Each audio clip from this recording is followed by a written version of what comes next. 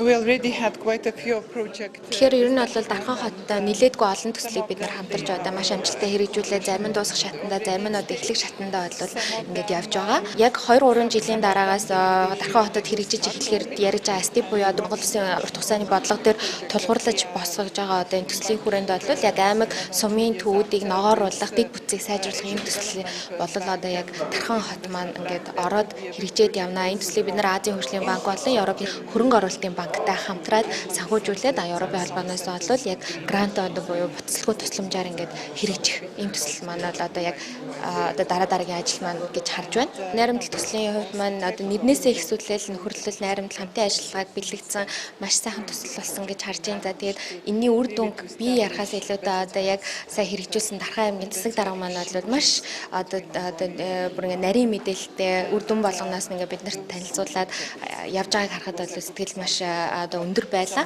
Тэгээд яг энэ төслийн хүрээнд бас Дархан хот маань Европын улсуудын хотуудтай харилцаа үүсгээс суралцах юм боломж гарсан амжилттай гарсан үр дүн үүснээс нь бол бас сая өөрөөс нь бол сонслоо.